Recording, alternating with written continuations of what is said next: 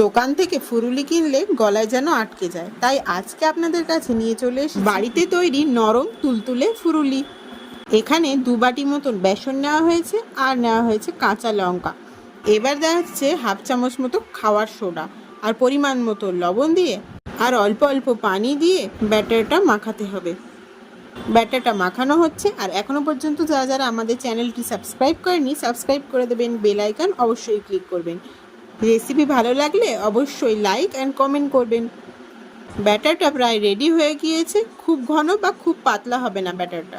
এবার কড়ায় সাদা তেল গরম করে একে একে সমস্ত ফুরুলিগুলো ছেড়ে দিন, আর ভালো মতো উল্টে পাল্টে লাল লাল হয়ে গেলে নামিয়ে নিন আমাদের নরম তুলতুলে ফুরুলি। সন্ধেবেলা চা মুড়ির সাথে এই গরম গরম ফুরুলি পরিবেশন করে দেখুন, কেমন হয়েছে জানাবেন কিন্তু।